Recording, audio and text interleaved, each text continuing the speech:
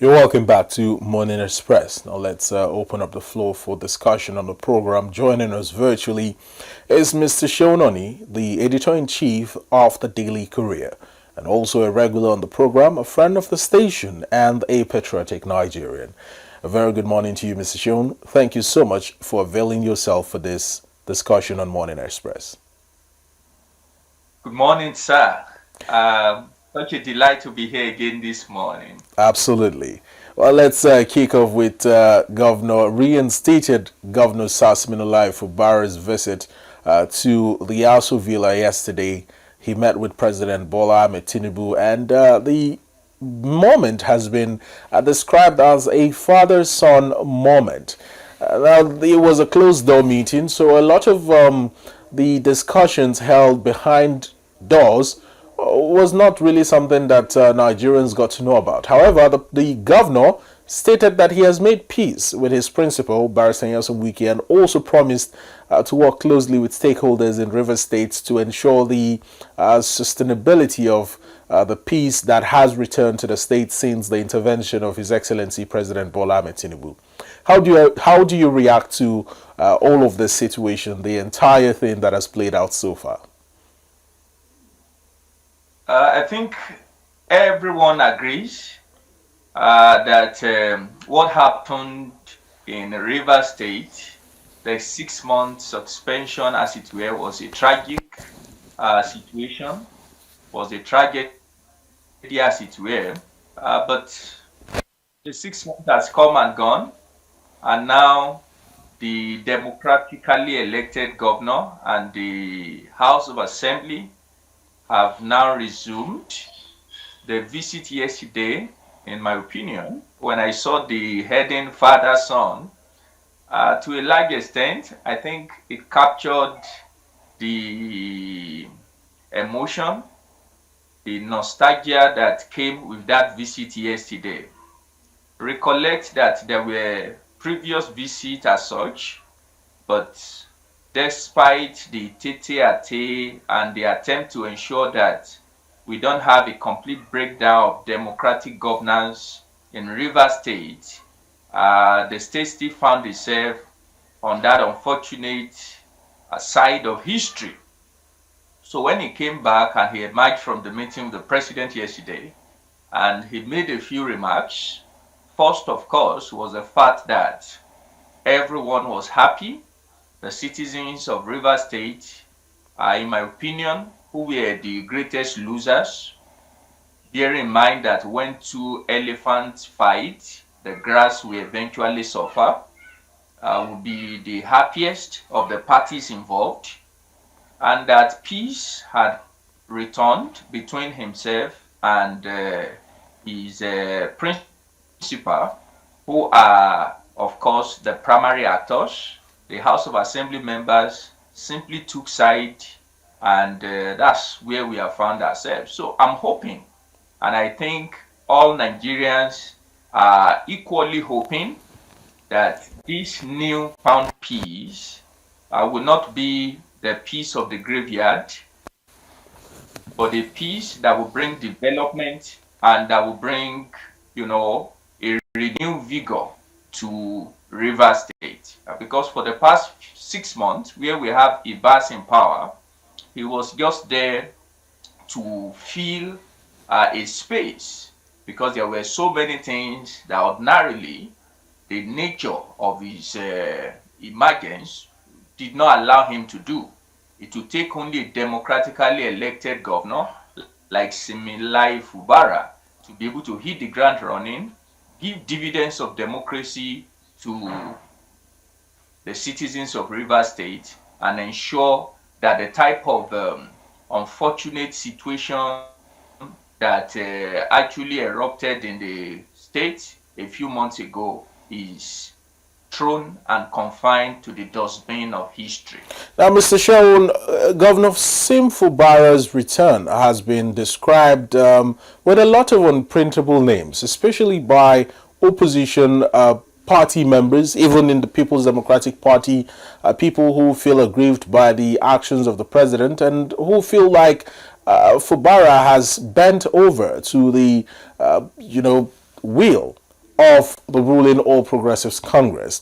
However, he has also been termed as being pruned, being tamed, and a new bride of the All Progressives Congress.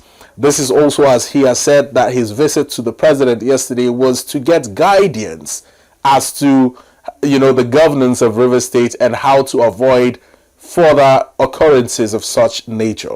How do you react to this situation, especially the comments coming in from people who are supposed to have been his backbone at this very difficult time?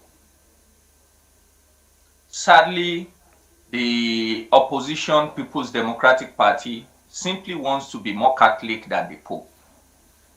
They actually contributed and festered the crisis between Fubara and his principal. And I've said it on this program a number of times.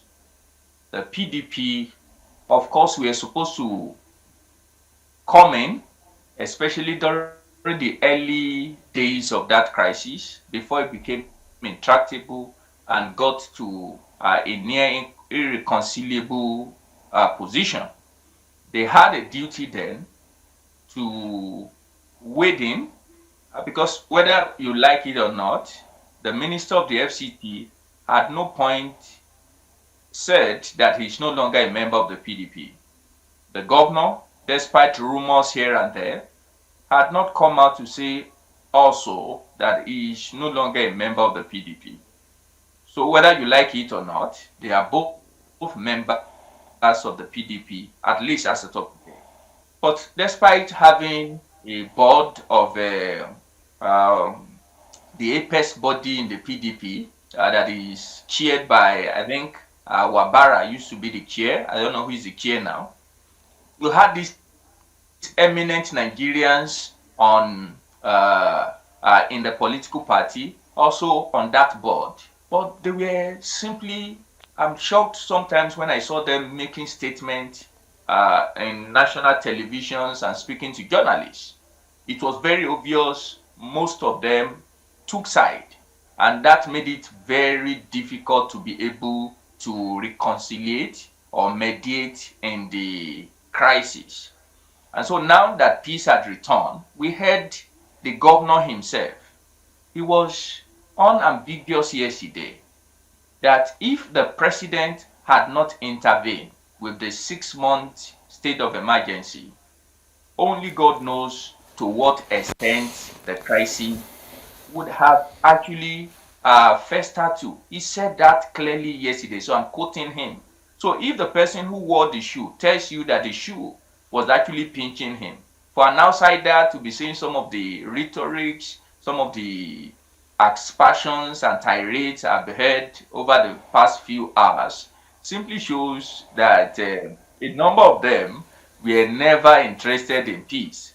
And so, like I said, the governor, Wike's camp, and the citizens of Rivers, they are actually the ones who need to go back and ensure that outsiders don't keep on throwing stones and by their words, because eventually they are the ones who will have a seriously backward state.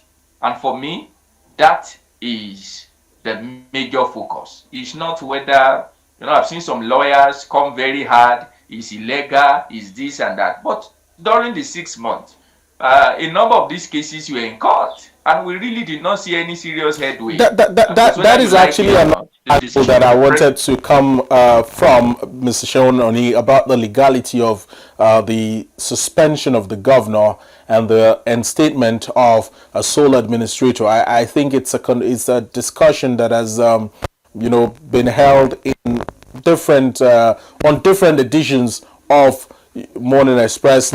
Here on the program, a lot of comments have been coming up from lawyers, like you said, about the legality, questioning the legality of the president's actions. However, another dimension to it is the fact that people feel like this is going to set a precedence for further happenings of this nature, that should any governor fall out with his principal, who is also a powerful man in Nigerian politics, they could be yet another movie of this nature acted out in that state.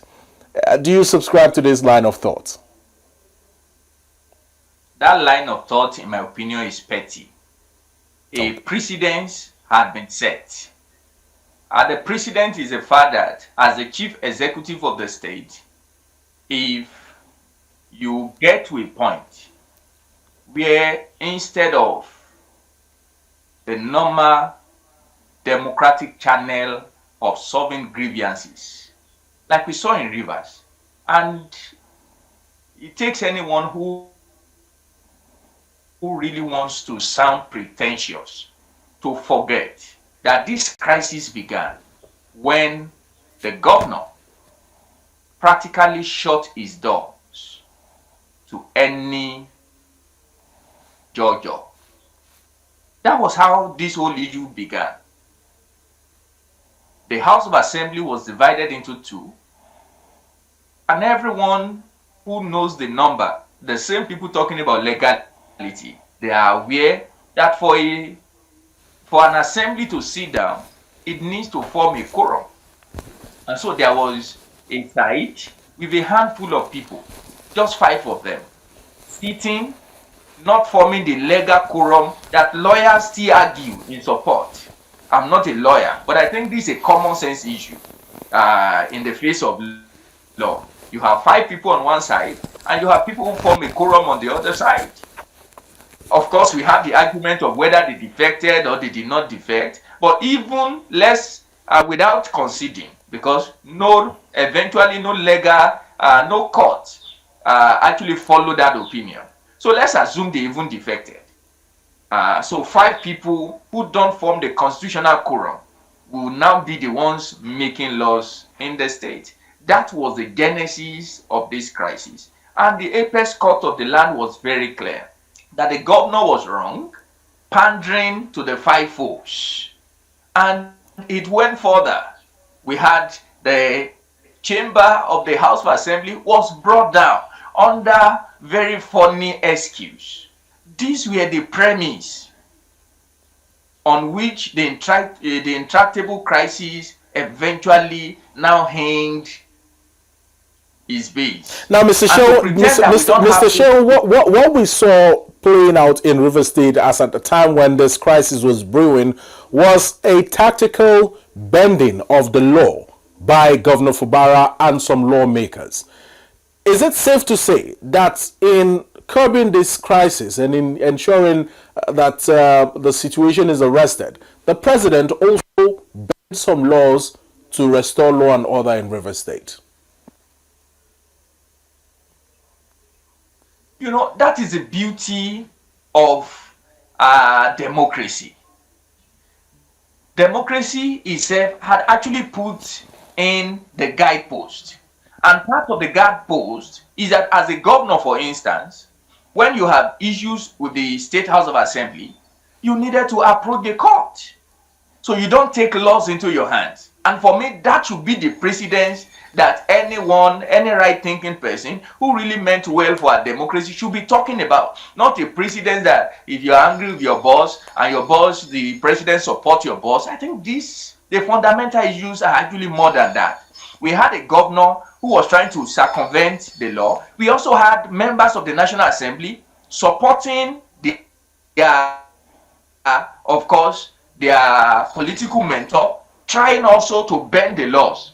So you had 2 people who were trying to outsmart each other, but democracy, of course, made provision for how that type of situation should be settled, and it is a court. But what we saw was that the governor was not patient enough to exhaust the democratic channels. He was not ready to use it. Rather, he brought down their House of Assembly. While the issue was still in court, he practically stopped submitting anything to them. He passed his budget and appointed commissioners, legal things that should have gone through a legally constituted House of Assembly.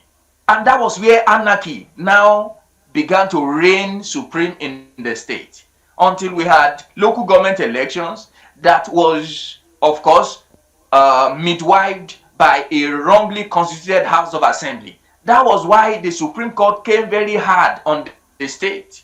And so to now have a way forward, the president did what he needed to do. It was regrettable. I want to believe nobody actually was celebrating and dancing because of the state of emergency. But we must not also forget that the president, any governor, and House of Assembly must learn is that even if as House of Assembly you don't agree with the governor, you can't take the laws into your hands. And as a governor, if you don't agree with your state House of Assembly, you can't take laws into your hand. For me, that is the greater lesson. And we must not look for focus of that truth.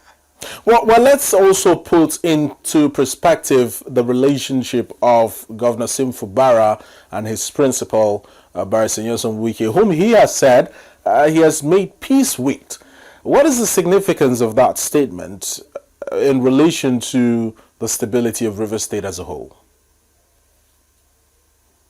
I think that statement is one that is pregnant, and I love saying that sometimes what is morally right might not just be expedient for peace, and what you need for peace sometimes might really not be morally right. Ab initio, the idea of a godfather beating his chest on national television to say such thing as, I'm the one that made him governor, I think in my opinion, is not one that is healthy for democracy. There's a moral question on statement as that. But it is what it is. When he made you the governor, when there were other aspirants, and it threw, all his machinery, resources. For instance, I've heard Barrister Wike say such thing as he bought the forms for aspirants. If they collected the form, then it's just normal. He who pays the piper dictates the tune, of course. Told, he dictate it. And so the crisis first fettered because the one that paid the piper wanted to dictate the tune, and the piper suddenly realized that there is something as morality and legality. But the beginning of that relationship was not built on those morality and those pontifications. So that was the beginning of the crisis, and everyone really knows this. So when it comes out and it tells you that there is now peace between him and his principal, it's just simple. Some of those things he wanted, well, I'm ready to do a trade-off. For me, that's the meaning of the statement. And we have been told some of the things he wanted some of his ardent supporters to be given, recognition in the administration. He wanted people on his side who worked for the governor's emergence to be rewarded with appointment and be given a pride of place in the running of the administration. Initially, Fubara bugged on that agreement, and that was the basis for the crisis. So if he says there is peace now, it simply means those things will now be on the table. Is that morally correct? In my opinion, no. But is that expedient for peace in Rivers State? A capital yes. Mr. Sean, before we move on to yet another matter of discourse on the program this morning, I just want you to give your opinion about the possibility of a defection from the People's Democratic Party to the All Progressives Congress by Governor Sim-Fubara anytime soon. There have been speculations that this is brewing. Are you also thinking that this is a possibility? Well, when I want to make submissions on issues as this, I simply put myself in the person's shoes. I had 2 turbulent years, and the political party I belong to, they were practically the toothless bulldog. Couldn't do anything to mediate or to even throw their weight and help me harass the person harassing me. The PDP failed, in my opinion. And if I were in Sim-Fubara's shoe, this is also the time to call their bluff. So I won't be surprised if in the coming months he decided also to pull the plug of the PDP and defect to the APC or any other political party, because the PDP in this whole issue actually failed to support their own, failed to steady the ship, failed in producing leadership that is expected of a towering institution as the PDP, which of course is the oldest political party in our current democracy. So they failed. So if I were in the shoe of Fubara, I will also dump them and go to a place where my interests can be better protected. When I run into hitch, at least people can stand up, speak for me. If they can't fight for me, at least they can hold my hand and take me to the person who is bullying me and ensure that we have a better agreement than the suspension I got. All right, Mr. Seun Oni, let's move on to another matter of discuss. It is about the push for special seats for women in Nigeria's parliament, whether it be the National Assembly or state houses of assembly. This has gained momentum in the last couple of months, and much recently we have seen a harder push for that. What is your opinion on this, and is it really a necessary move? My opinion, there are a few issues that made this push a necessary one. First is our cultural values. Our cultural values, especially the three dominant ethnicities in Nigeria, the Hausa, Fulani, Yoruba, Igbo, seems to have a culture that really did not allow, or that does not allow, the female gender to maximize their potential. Sadly so. The second, of course, the religious side, the religious angle, where to a large extent the female gender also have not been allowed to evolve to optimize their potentials. So that had actually affected how much of leverage and how much of fairness that is granted the female gender to compete favorably across all political parties. It's sad that in virtually all political parties, or if I should limit myself to the dominant political parties, only two positions have been ceded to women, even in the NWCs, the women leader and the deputy women leader. And sometimes you have 18, sometimes you have even much more members.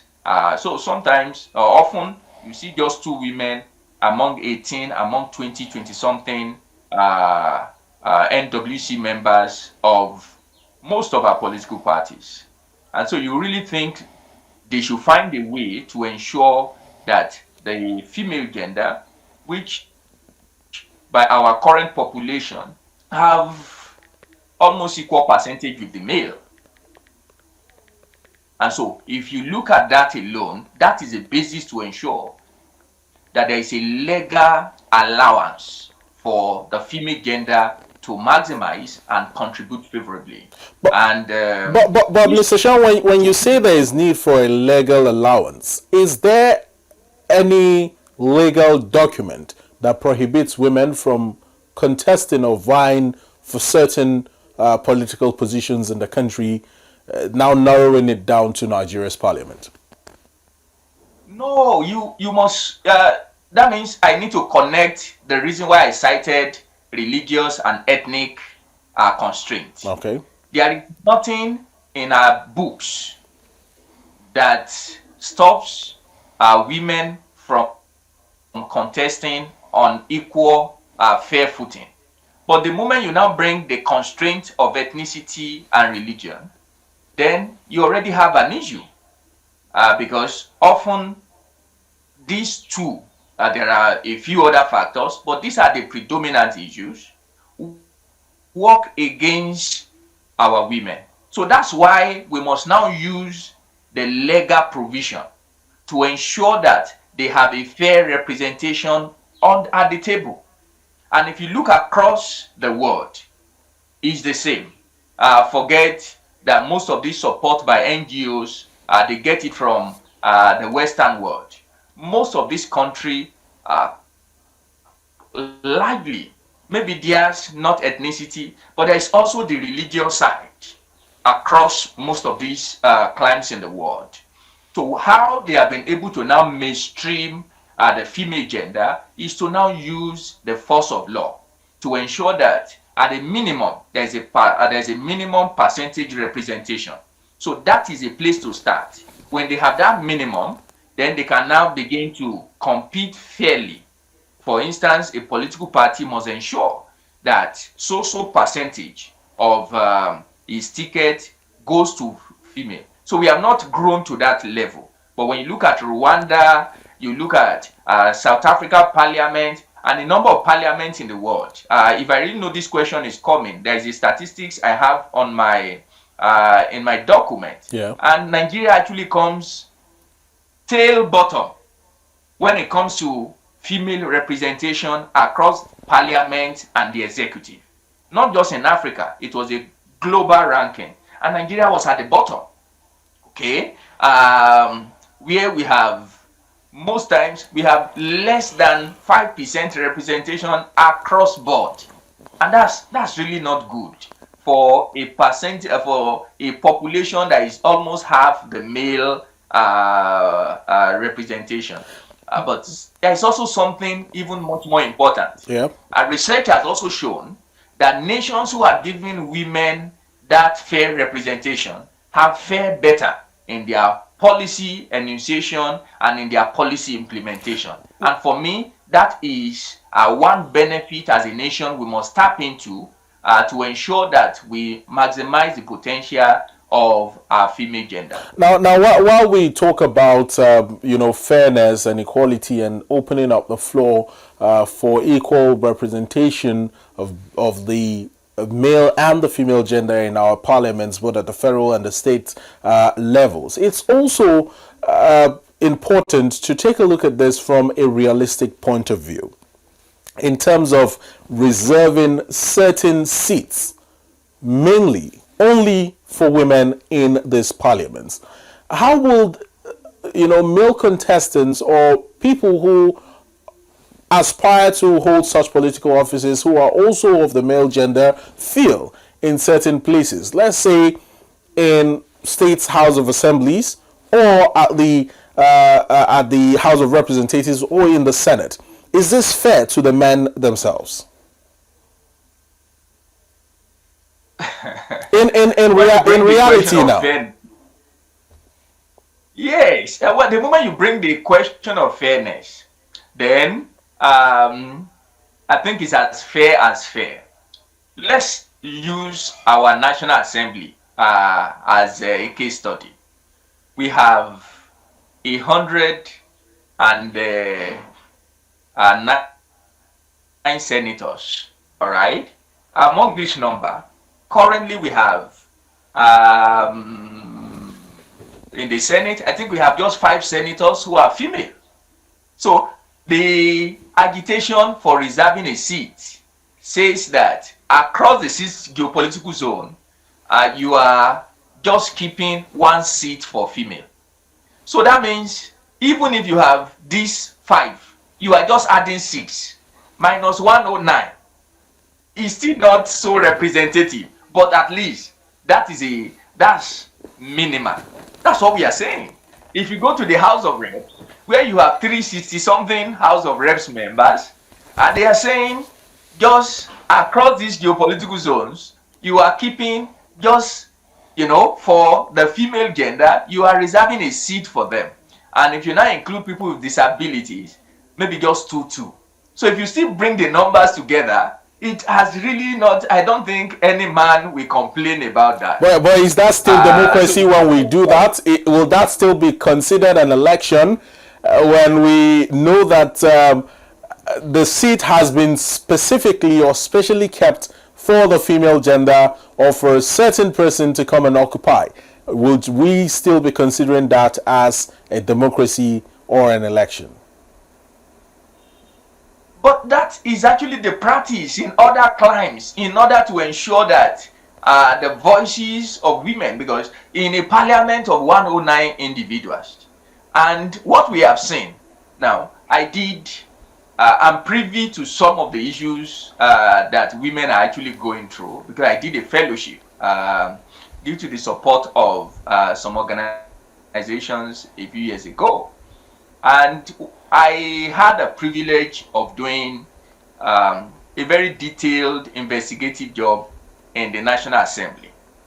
And I was shell-shocked when I had one-on-one with some of these lawmakers, the female lawmakers, that even when they try to push issues that relate to women, the first thing they do is they talk to one another that, oh, I want to push this issue about women.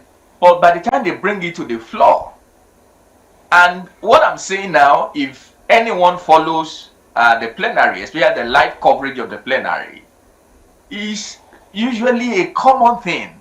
And because they are not privy to some of the details, when it comes to the floor, suddenly it just takes a comic tone, because the people who are involved really don't know how much some of these issues, what it really meant to the women for.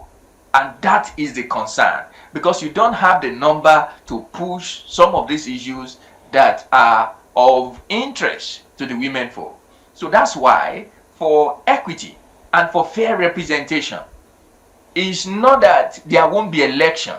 There will still be election, but it is now the most competent woman, or if you want to lump all the seats together, the most competent women will be the ones to be voted for to occupy the seat. So if we are talking about if it's already reserved to women, are we saying we don't have intelligent women?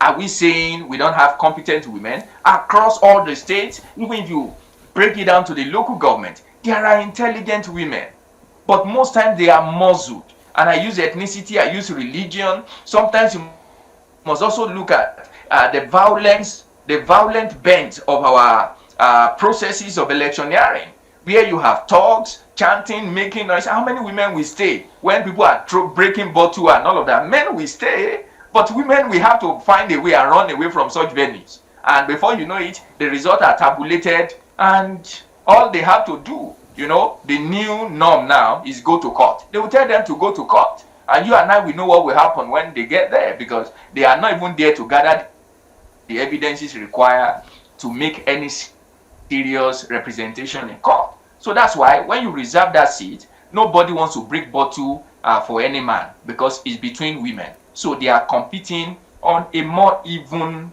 platform. So that is the thinking. And in my opinion, is fair.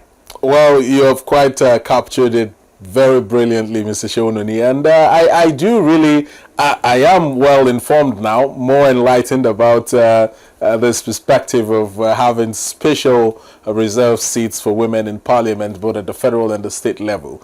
Now let's move to the Niger Delta region, where we hear that there has been some sort of dispute over oil fields between Anambra, Imo, and Delta State. This is as the federal government is wading in to intervene. Do you have some insight into what the situation is really all about? And do you care to share your thoughts with us on that? I actually got the news early hours of this morning, but I've actually not done a detailed job. I heard the chairman of the Revenue Mobilization and Fiscal Commission trying to say that they need to get in. Of course, at the heart of issues as this is actually who gets what. Because those who have more of this oil well eventually get more when the allocations to state with oil actually is disbursed. So that's actually the basis for this clamor. But I hope before it turns to full-blown crisis like we have seen in the past, where people start killing, maiming, burning, and looting, the federal government had to intervene and let the delineation be done in a way that is just, that everyone eventually will know who actually owns what, and we can actually put this to bear. Now, I believe anybody watching us right now will be wondering the cause for this scuffle, amongst the states. Is it that a clear-cut line was not set to determine where Anambra ends, or where Imo ends, or where Delta State ends? Why is there a scuffle over, an oil field?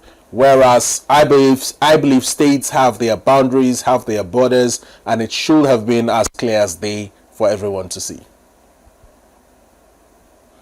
It's not always as simple as that from previous experiences. Since Anambra and Imo are involved, of course, the first thing I think we can be very sure of, even without getting to the site, is that it's not an onshore thing, because we know that Anambra and Imo are not so much, their wells are not wells that we have onshore. So that already gives us a picture.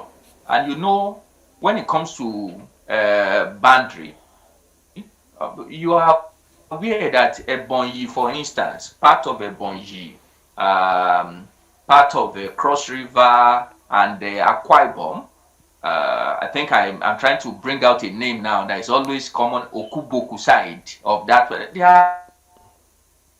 are always on each other's throat. I'm just glad we have really not heard about any killing in the recent months.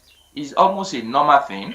We have such lands where the boundaries are not as clear-cut as, and so that's why we have the Boundary Commission. Their job is to ensure that some of those contentious boundaries are quickly delineated, but unfortunately it's not always that easy. And the popular one, where we have this the Shekiri, Ijo, and some other ethnicities in Delta State, the House of Rep thing, that is still persisting until now. I think just 2 weeks ago, some of the communities came out clearly that the INEC with the Boundary Commission had actually said they came, did some groundwork, but the report is not out. So they are clamoring when this continuous voters registration will be made public, that they want to do it in the newly delineated constituencies. So there are contentious issues like that across the country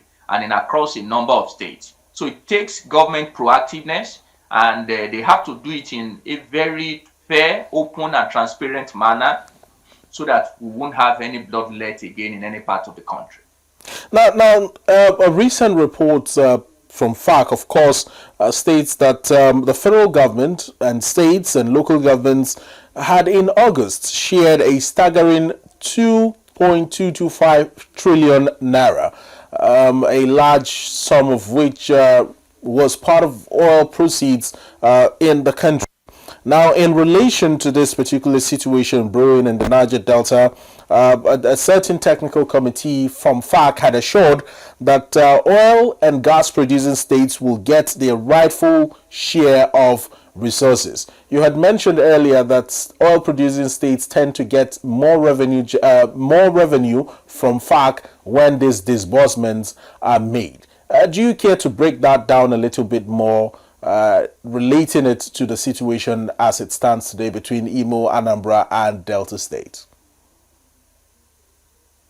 Okay, what happened is that when the resources come that way from various sources, of course, like you rightly mentioned, the oil proceed is the highest, but you have the non-oil produce. Currently, we have the new one, which is the new darling, resources from what we called our electronic transfer is always a fourth, and is increasing every month. You also have royalties from companies and the rest of them. Those are, and what we call the VAT. Those are the components of the resources that we share as a country. So what that means is that when you bring this pool of resources, a percentage of these resources from oil is usually the same way our VAT is shared across states.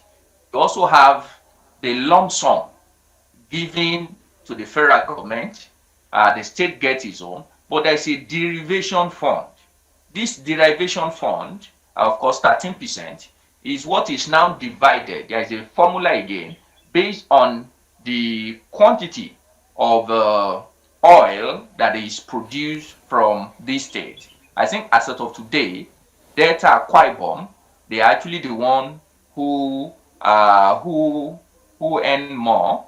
Delta Akwa Ibom Rivers, they are the top three. So you now have underneath that, you have the Bayelsas, you have Anambra, you have other states like that. I don't know the exact order, but I'm sure about the top three. And so you also get this derivation fund. It's now divided between these states, but not equally. It's based on, and of course, you can now tie it to why there is contention. We own this, we own that. Because if you have more, it simply means the quantity of resources that comes to you is also higher. It's also the same for VAT. We see it on a regular basis, how the VAT fund is also shared among states. Also, it's not equally shared because we know the contribution of states are not equal. The same. And from January 2023, it's not the same. So from January 2026, when the new tax law will come to effect, some of these details again will change based on, that's for VAT. But for the derivation, the more you contribute, the more you also get from the 13% derivation fund. All right, Mr. Seun Oni, quite a fine place to leave the discussion. It has been a pleasure having this in-depth analysis with you here on Morning Express. Thank you so much, sir. I'm always grateful and always a delight to be on ADBN Morning Show. All right, do enjoy your day, sir. Thank you.